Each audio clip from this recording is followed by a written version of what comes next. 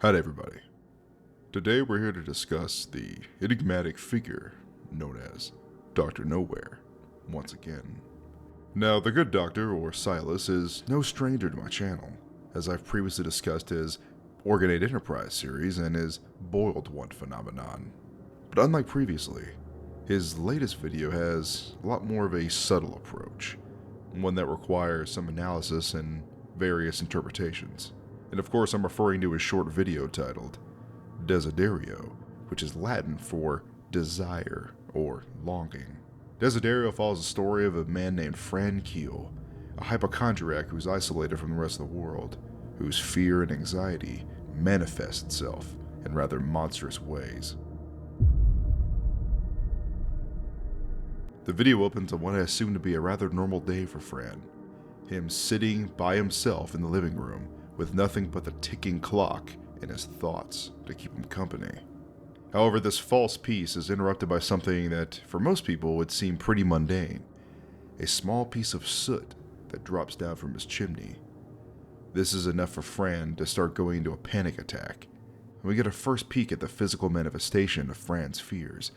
This strange tree and bronchial tube-like monster that is eerily similar to Fran himself, but with a pale white face and soulless eyes.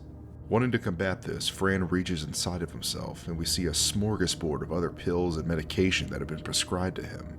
And interestingly, we see him reach for the albendazole, which is a medication used to treat intestinal parasites. Now, as I mentioned previously, Fran is a hypochondriac, and he suffers from it pretty severely, as we can see.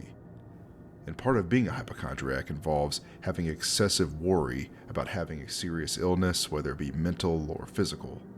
Now, despite the dozens of pill bottles lined up on a shelf, I don't believe there's anything physically wrong with Fran. At least not initially.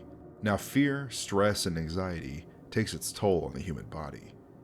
And even though Fran may not have a disease per se, physically, his fear does wear on him. And I believe we see that through the gash in his body or the fact that he reaches inside of himself for medication. But more on that interpretation later. Now, after Fran takes his albendazole, we see another small piece of soot drop from the chimney. And this is enough to send Fran into another panic, who then hides himself using a lampshade. He tries to control his rapid breathing and go about his day. But as his panic attack worsens and the soot lingers on his mind, we see his lungs rapidly inhaling and exhaling through the chimney as his fears are getting to him.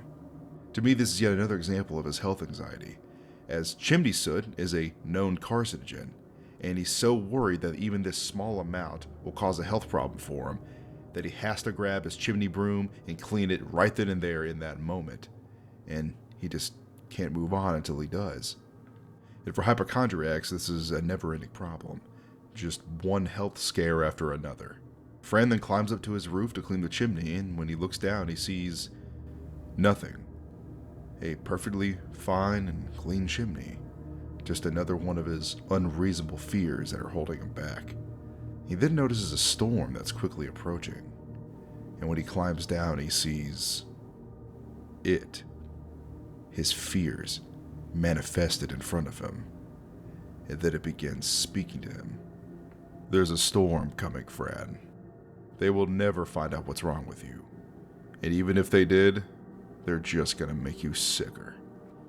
The doctor just wants to lie to you. They're gonna keep pumping you with things that fix one problem, and then cause a worse one. Fran quickly glances towards the city, but his fear anticipates this and responds. You can't go over there. They're all just trying to shove more medicine down your gullet. There's a storm coming, Fran, and you'll be all warm inside your house when it gets here. Every drop on your roof will remind you that there is no one to share the comfort with, and you'll be all alone with me. You remember our deal, don't you? You should be grateful to even be here. Now, the monologue from Fran's inner fears give us a lot of insight. It alludes to some sort of traumatic event that might have been the cause of Fran's anxiety. But regardless, this entity is just a reflection of Fran himself, and it's what keeps him here, alone, trapped, and isolated from the rest of the world. He's allowed himself to be convinced that he can't trust his doctor, people in the city. They all just want to pump him full of pills. And I find it rather interesting that Fran's inner fears manifest itself as a tree, or even a tree of bronchial tubes for a human lung. And there's a few different ways to interpret this. Perhaps it's literal, and Fran was previously a lumberjack who was injured in a tree accident, and that caused the gash on his stomach.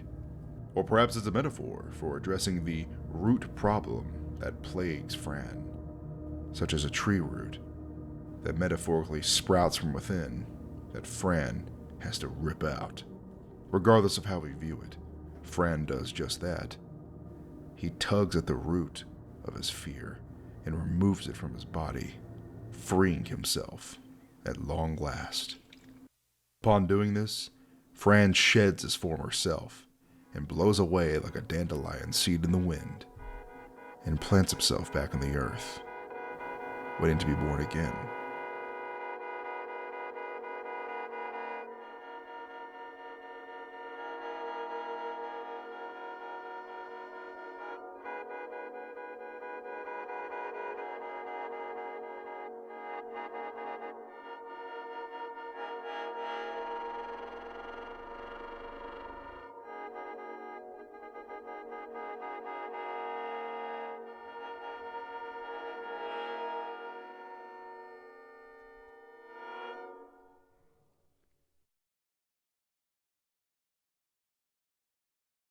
Now, I've seen many people in the comments argue about whether or not Fran dies at the end, or whether this is just a metaphor of him shedding his past self and letting go of his fear. And unfortunately, I can't give a straight answer in that regard, as I feel like it can go either way with the ending. Regardless of what ending Silas had intended, I feel like Fran got what he wanted in the end. He's no longer stuck in his house, trapped alone with his fear.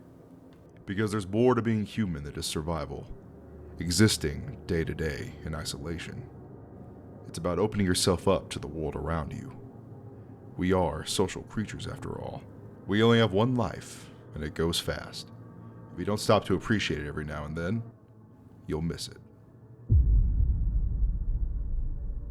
Silas has never shied away from morbid topics, but I feel like this entry especially hits home for a lot of people, especially ones struggling with mental health issues themselves. This is why I love Dr. Nowhere.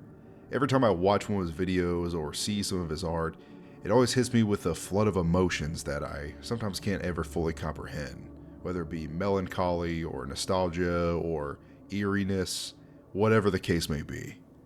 I love Dr. Nowhere, and I hope he keeps up this amazing art for years to come.